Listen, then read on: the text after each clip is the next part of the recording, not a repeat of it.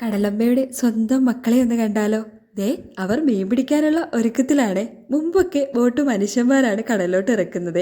ഇപ്പോൾ അതിനൊക്കെ പ്രത്യേക വാഹനങ്ങളൊക്കെ ഉണ്ട്. കടലമ്മ ചതിക്കില്ല എന്നാണല്ലോ. ഈ പോകുന്നവർ പിറ്റേന്ന് രാവിലെയൊക്കെ ആകും തിരിച്ചു വരുന്നത്.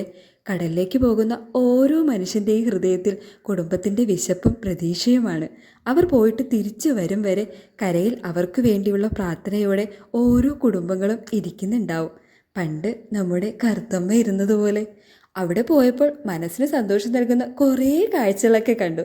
അവരുടെ വീടുകൾക്കൊന്നും മതിലുകൾ പോലുമില്ല.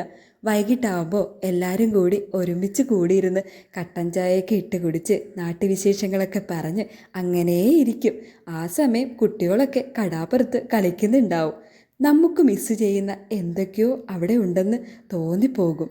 അതൊക്കെ കാണുമ്പോൾ എന്തോ മനസ്സിനൊക്കെ ഒരു പ്രത്യേക ഫീലാണ്. ഒരു കുഞ്ഞു സ്വർഗരാജ്യം. ഈ അമ്മയുടെ വീടാണ്.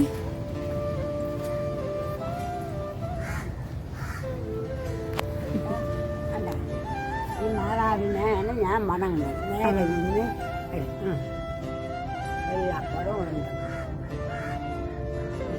എന്ത് ഭംഗിയായിട്ട് അമ്മ സൂക്ഷിച്ച് വെച്ചേക്കുന്നത് നോക്കിയ വീടൊക്കെ സ്വർഗം പോലെ ഉണ്ട് കേട്ടോ.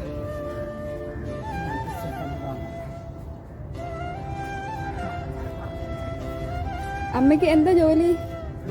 മത്സ്യം കൊണ്ടുപോകുമ്പോൾ. മത്സ്യം കൊണ്ടുപോകല്ലേ? അമ്മയ്ക്ക് പേരിവിടെ എഴുതിയില്ലേ? പേര് പറ അമ്മയുടെ.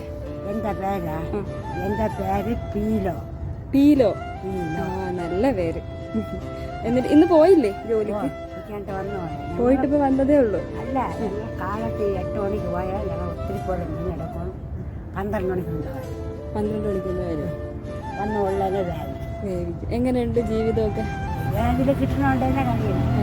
നമുക്ക് എവിടെ എൻ്റെ കെട്ടിയാൽ മരിച്ചുപോയി.